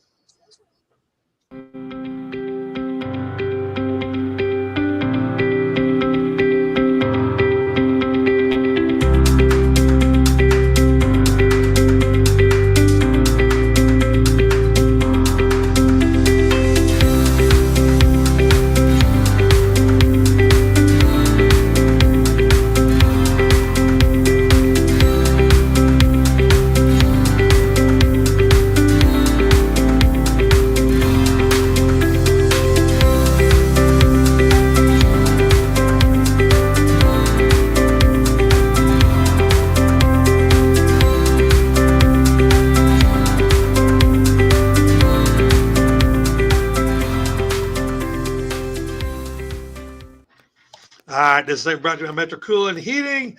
The NFL is just about over. This is going to be the last time we run through this. Last week's predictions. Hawk, I need you got a pen there. I know you always keep that in a scratch paper. So your guess for the series was 31-28. The Sheriff was 37-31. And I think those are going to be the closest ones. The score was actually 40-22. I need to know who was the closest. I didn't do the minusing there. You had 31-28. I was the closest. I think you were the closest one, if I'm not mistaken. Yeah. Okay. Yeah. I agree. All right. So the Hawk had the closest guess at 31-28 Eagles. The Eagles won 40-22. The rest of our things, the Hawk and Sheriff weren't here. It was just me, D- and Kunta. Kunta, we lost. Do you want to go over the stuff and let him get his props, or you just wanted to go past it? Let him give his props, I'm so proud of you. I'm so let him proud give of his you. props because I'm so proud of I'm you. so glad y'all guys got it right. Even though the Sheriff went over, like the last segment with me, he went over, but he lost, and that's the way it should have been with TKO and me. See, it's the closest. So I'm so glad to see this panel get it right. But who? Hey, I was trying to explain it to y'all, and y'all wasn't hearing that. Now, see, it had to happen to somebody else to get it. So I'm gonna go to HR about this because I feel so. I mean, it pains me. Like the world. I got to go through first. You see, you feel my pain, Sheriff. You feel my pain. That's what I'm saying. So, congratulations, Hawk. Give him his 5 seconds of fame right quick. Hawk, is there anyone you want to thank for this great Super Bowl prediction coming in to win for the Get Money Sports Super Bowl year? I would like to thank myself, and I. And I will take a signed $1 bill from each of you. Appreciate it. And I did take a note of the timestamp at exactly 1 hour, 22 minutes, and 29 seconds of when Kunta said he would like to go to HR. So Thank you. See, that's what you're here for. Hawk's always watching. Yeah. Hawk is always watching. Okay, so the little side bets we had, we did a couple side bets because everybody was parlaying. The quarterback with the most passing yards. Mahomes had 257 yards.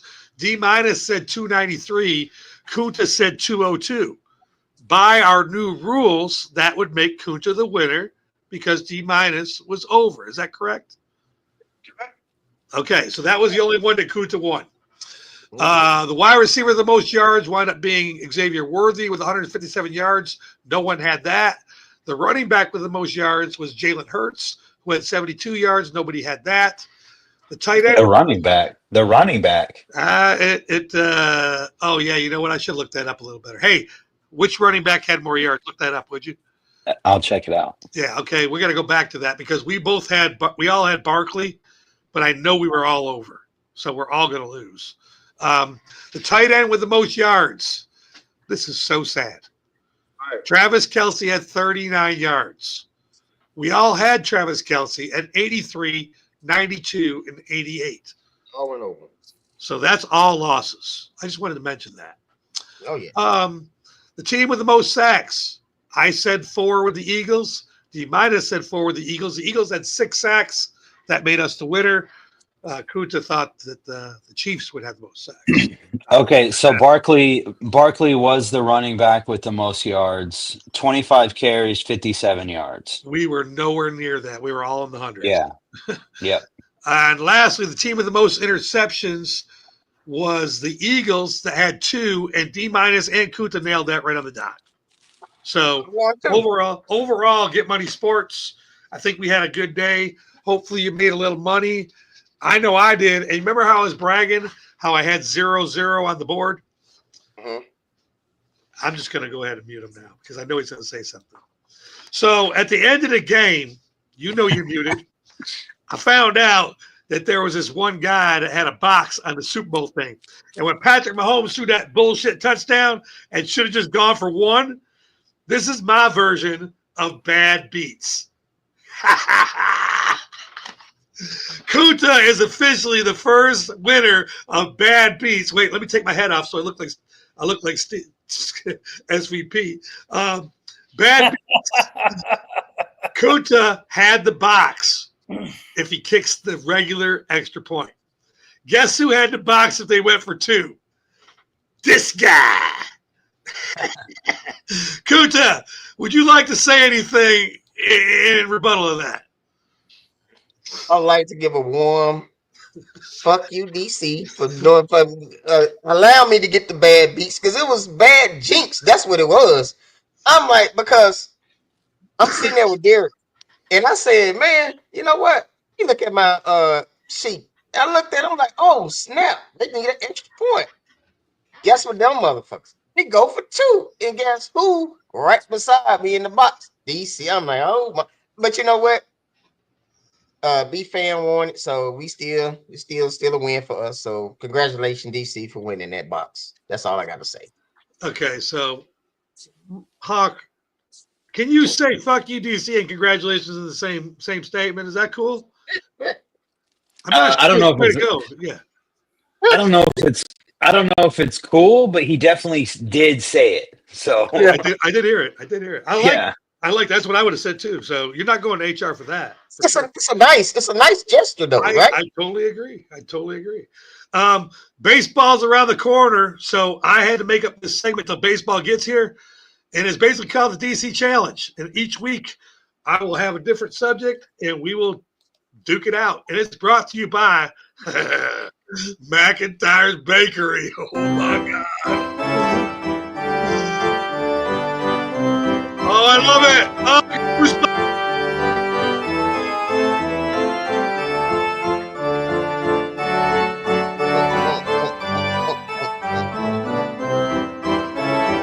bravo.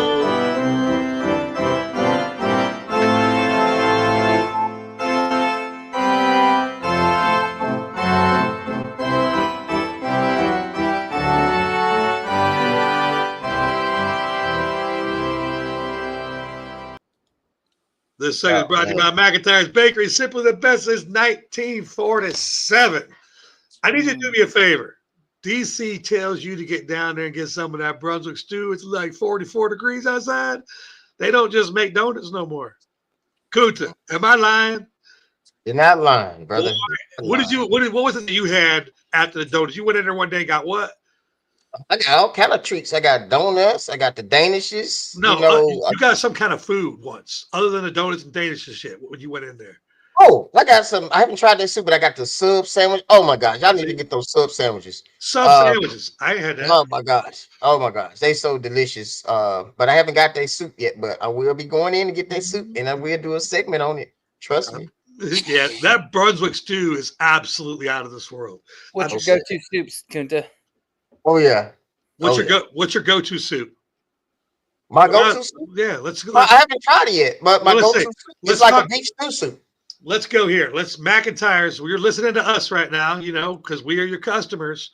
My go-to soup is baked potato soup. I think, and it's not really, but I think you guys would kill that baked potato soup. Hawk, what go-to soup do you want from McIntyre's? Oh, they got like a really good like tomato soup. I'm big on tomato soup. Okay, so tomato from him. Sheriff, what you looking for? Loaded baked potato soup is the shit. It is. It is. Kuta, what are you looking for when you go in there? Like some good old beef stew where I can put cheese on it and crumble some crackers over there with that. Oh. And then the baked potatoes my second hungry. go-to. Oh, yeah. Y'all making me hungry right now. Yeah, I'm hungry. Okay, so McIntyre, you hear what we want? Hook us up. You know I'll be down there. So today's subject, and this is the way we're going to run this. The way the game works is this. We're going to go around the panel with last week's winner, picking the order of play before we start to play. D-Minus is supposed to go first this week. I'm going to pass it over to King Kunta. Kunta, you get to pick the order we're going to go in. You don't know where the questions are, and I promise I'm going to read them in order. Maybe. Maybe. Kunta, what order do you want us to go in? Because here's the thing. If you get a question and you don't answer it right, the next person goes. If nobody gets the question right, everybody that went out comes back in. But if somebody gets the question right, you're out. Okay. Last one standing answers the question right is the winner. Okay. Kunta, what's I want to your go order? first. Kunta Me. wants to go first. Who do you want to go second? Usually, the easiest question comes first, so we'll see. We go to Hawk second, and then the Sheriff third, and then you last. Oh, I'm I not mean, going. I have the you answers. can't. Yeah. Okay, so it's Kunta, Hawk, Sheriff. That's our order. Right. Question number one, Kunta.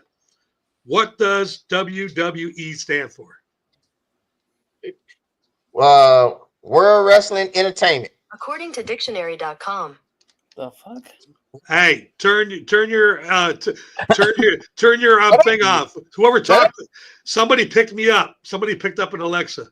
That was my thing in the background. Give me one second. You Let me might, shut it off. yeah, let's turn that off because my voice You is gotta too turn it big. down and put your mic in so she can give you the answer, Sheriff. Oh man! It's off. All right, It's on the other side of the room. all right, Hawk.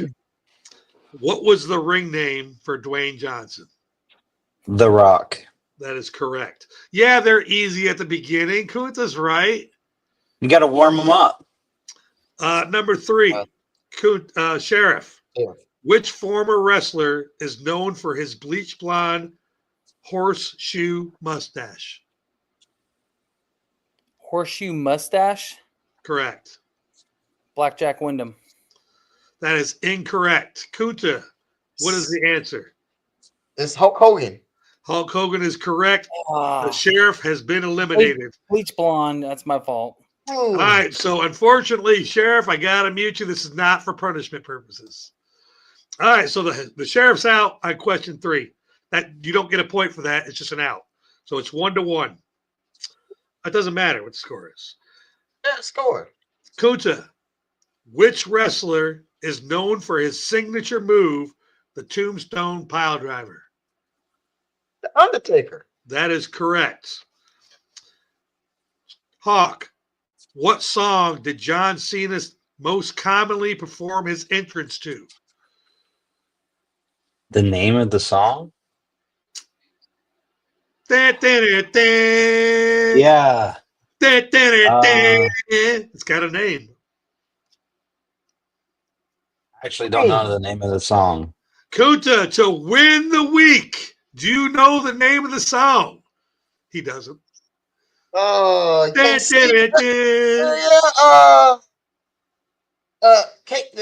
time is now. I'm hearing it, but I don't know the name of the song.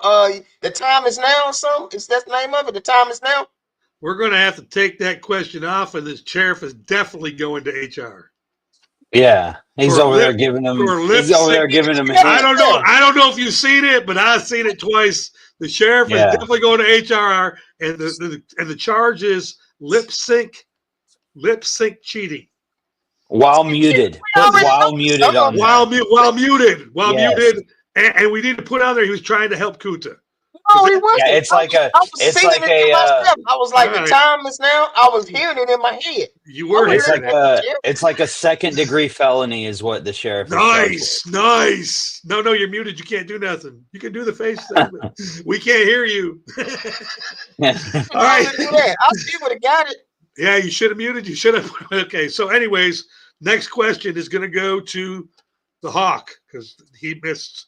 No, it goes to goes to. That's- That's Go Kunta, to- yeah. All right. Prior to WWE, what was the franchise called? World Wrestling Federation, WWF.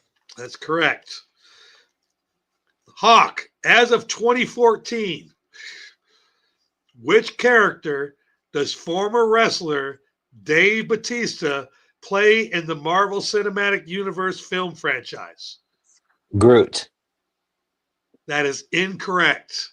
Oh no, he's the voice of that. It's Drax. King Kunta, do you want to say the name of that character? Do I need to name the movie or the character? It says which character does former wrestler Dave Bautista play in the movie? Alex of the Guardians is what's his name?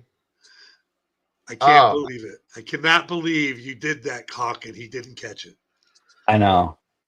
Say, and that I wasn't even looking at the sheriff, so I ain't. You don't have to. Hawk said it out loud. I said it. I said it after I realized. I said the wrong one.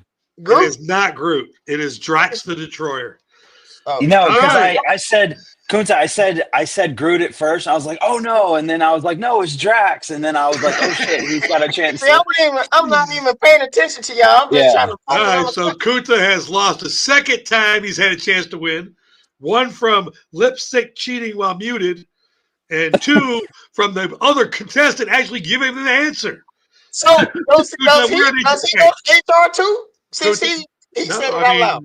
I mean, if you're just trying to get people in there, man. We got so much time. It's right. Bro, I didn't actually do anything wrong though. Yeah, he didn't. He just tried to cheat himself. Okay, so we're going back. It's going to go back to Hawk.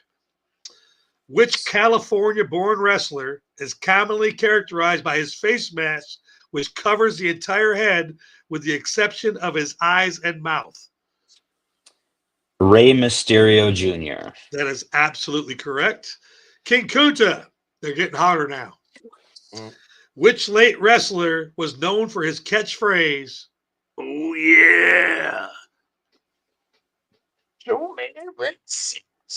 That is correct. Hawk, the autobiography titled Wrestling for My Life, The Legend, the Reality, and the Faith of a WWE Superstar is by which former wrestler? The Faith of HBK Shawn Michaels. That is absolutely correct. Wow. I had that one. It's only because you mentioned faith, and I know that he's got a strong faith now in his life. So great kid. Okay, Kunta, who is the host of the WWE video podcast Broken Skull Sessions? Stone Cold Steve Austin. That is correct. Here's another I was one. like, man, if he doesn't get that one. You know the bad part? Sheriff went out early because he's down there killing himself. He knows all these answers. And, Hulk Hogan took you out.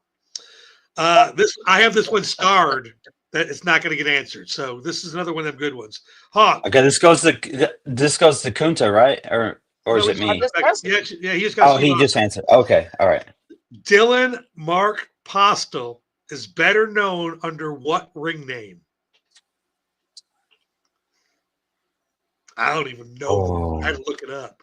Dylan Mark Postel, Postl, is better known under what ring name? Postl. What you looking at, Hulk? I'm like trying to think. I don't know.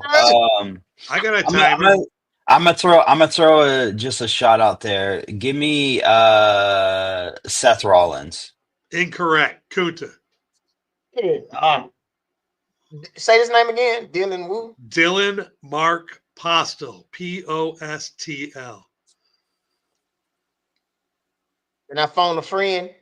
No, absolutely not. Yeah, you can phone Sheriff. Go ahead. He's muted.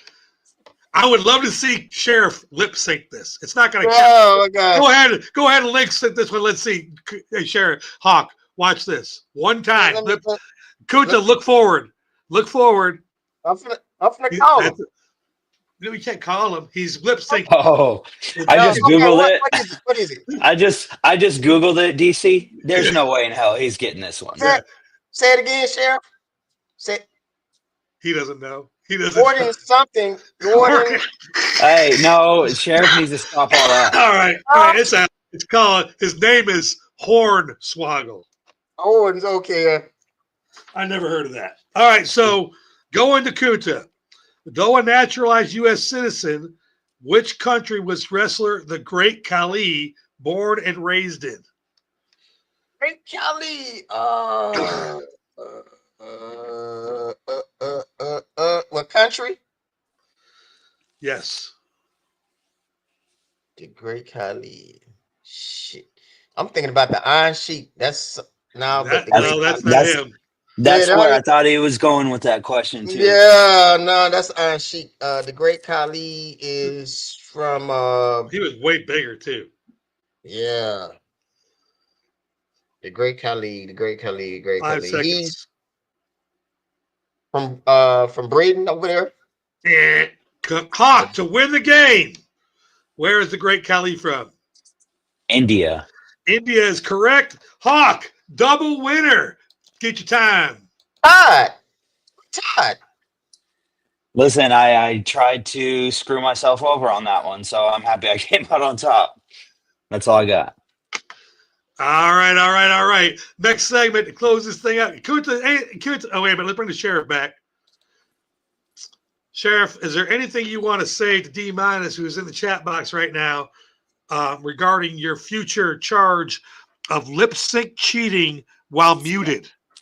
It's not cheating when I had the song playing in my head. My time is now. Like it's the whole song. Like Kunta was Yeah, saying. but he can see your lips moving. I I was didn't see literally it. I didn't even I'm hear not what down. you were He was saying, just Hulk. saying. Hey, Kunta, you're not under fire for this. This has nothing no, to do Kunta, with you're- you. you're not It has everything to do with me The- because I could the- have won this game. No, because the sheriff is under fire and has a very serious first time ever HR meeting. And you All right, there you have it. Kunta, as the guy that sat in the chair the most in HR, do you feel like this charge is warranted? think charges are warranted, but I think you need to go both ways. I think if you're going to do it one way, I think the other way got to do it because if Hulk, he should have just left it alone and his term was over with, but he was saying stuff. So that got him, in my eyes, put him in the HR chair right there. That Okay, Yeah, so but- what would his what- charge be? Let's go with Yeah. this for a minute, Hawk. Let's go with this for a minute. Okay, so the sheriff's charge is lip syncing while muted. What would be Second degree felony. second degree? I didn't put that down as second degree felony. What would the Hawk's charge be? charge would be giving out answers to force a win to somebody's not paying attention. You know, he's throwing Okay. the game per And se. what kind of felony is that? Throwing the game. He was throwing the game. Giving out answers. Level 4. Level So 4. he was throwing the game my way, but I wasn't paying attention.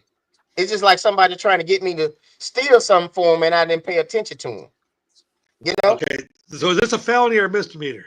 it's a felony, right? That's an easy felony. That's an easy felony. What degree? Fourth, third? Can't be second. It could be a third degree felony. It could Third be degree felony? Okay. Yeah, it Um, be third degree. Hawk, is there anything you want to say to D Minus in defense of your third degree felony of giving out answers while people aren't listening? Right. Last time I checked, it was still my turn. I did nothing wrong, first of all. I can't wait. So this is going to be an immediate dismissal by the HR because this is a prime example of someone who is always in trouble and wants someone to be in trouble with them. So There you go. Company, right? I want to congratulate Kunta for staying out of HR for an hour and 44 minutes. We're gonna go to our next segment. It's still got time. If you got the over, you're still in it. All right. This segment's been brought to you by One Condoms. Can we get the whole crew to go to HR in 1 week? Mm. yeah, because DC, I think you did something earlier. I know I did. I'm going to HR for Gatorade. He might Oh, be yeah. pissed about that. Gatorade Yeah. and the NBA All-Star game. Hey, you watch your mouth, boy. I'll put you another charge on there.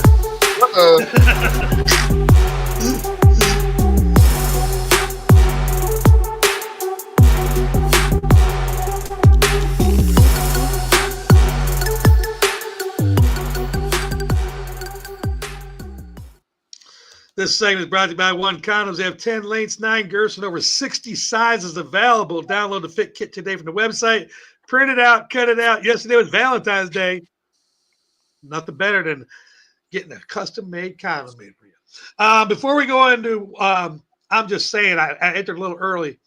I want to talk about these motherfuckers right here. And I'm not talking about the Girl Scouts. I'm talking about these fucking cookies that y'all bitches make every year to bring us in here and pay $7 a fucking box.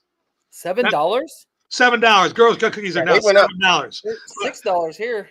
Okay, so that's the bitching part. This is the good part. These new things you guys call Adventurefuls. This is the new cookie this year. Adventurefuls. What is that, like peanut butter or what is that? Indulgent brownie inspired cookies with caramel flavored cream and a hint of sea salt. This is where you know America has changed. Because I've seen some most Girl Scout cookies are pretty plain.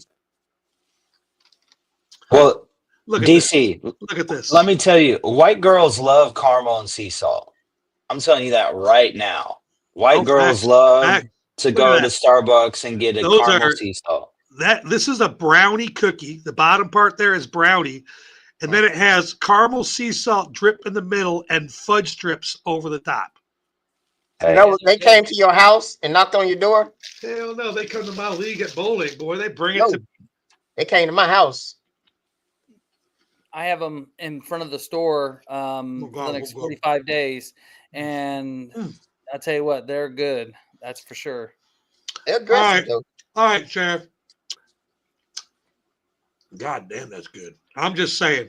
though.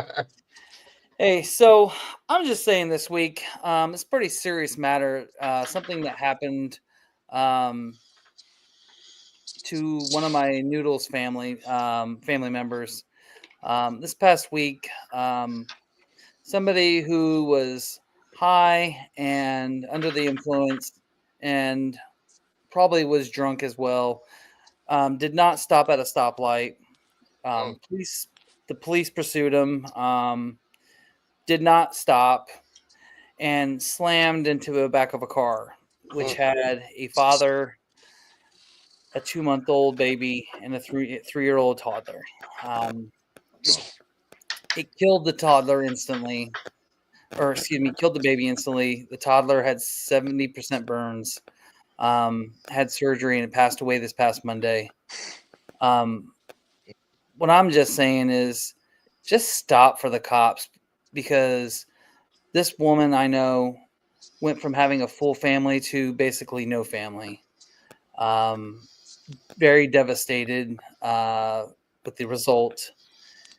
Do not drive impaired, no matter what you think your charge is or if you have a warrant for your arrest. Just stop and pull over. Do the right thing, because now this woman has lost both of her kids. Her husband has third-degree burns on half of his body as well. Very, very sad and tragic. I do want to shout out Noodles and Company for paying her rent for the next 6 months, getting her $2,000 gift card, taking care of the funeral expenses for the entire family. My heart goes out to Jack Moore. She is an amazing person. So just please obey the traffic laws. Do not drive high. Do not drive drunk. There you go.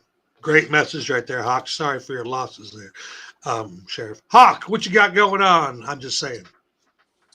Today, I'm just saying this is, yesterday was Valentine's Day, and, Mrs. Hawk, she works as a produce manager at a grocery store. And so she sees all the guys coming in on Valentine's Day, buying the chocolates, buying the flowers, doing the whole thing. This is just like a PSA for all men who are in relationships. Fellas,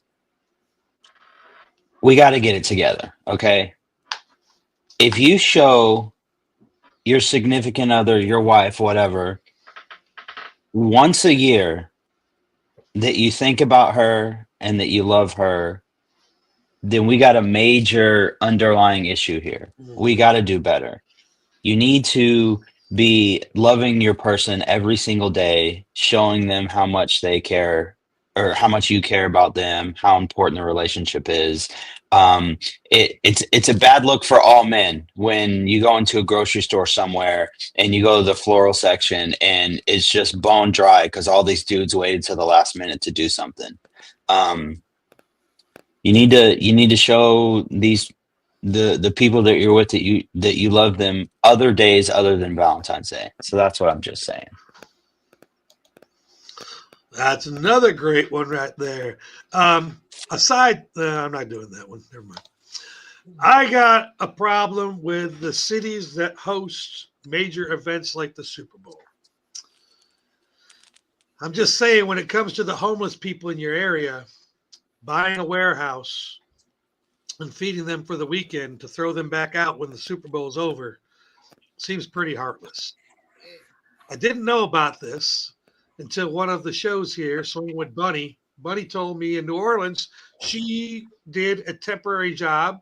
She does a lot of those things where they hire you, the city hires you, and she was a worker in one of those buildings.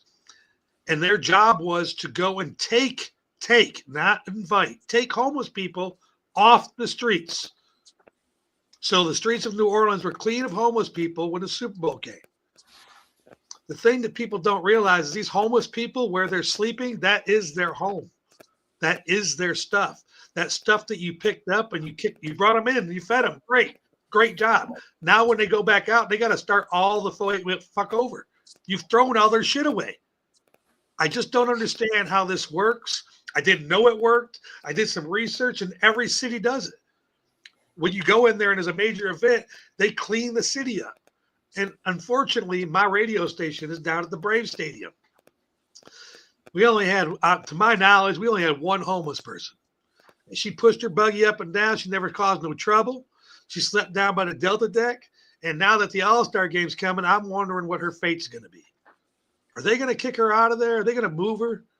Y'all need to do better stuff in your city. If you got that kind of money to move somebody into a building, put them in a house. Put them in HUD. Do something for them that's going to last longer than a weekend so that your city doesn't look bad. I'm just saying. Kota, wrap it up, baby.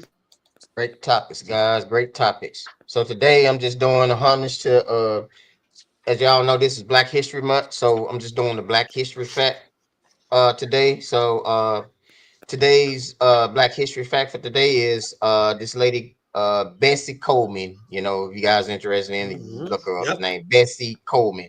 She became the first African American to earn a pilot license.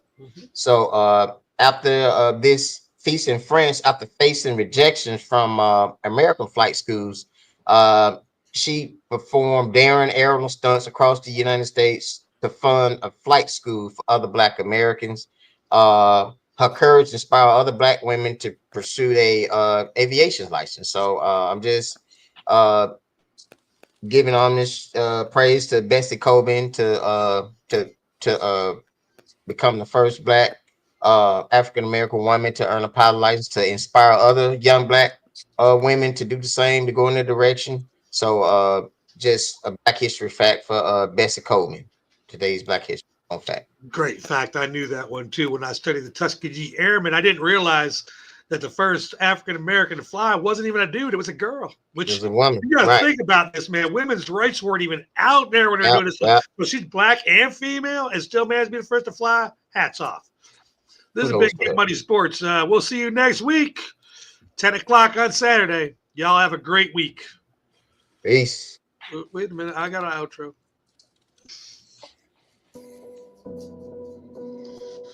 Oh, by the way, I'll tell you that after the show. Don't leave yet. You know who made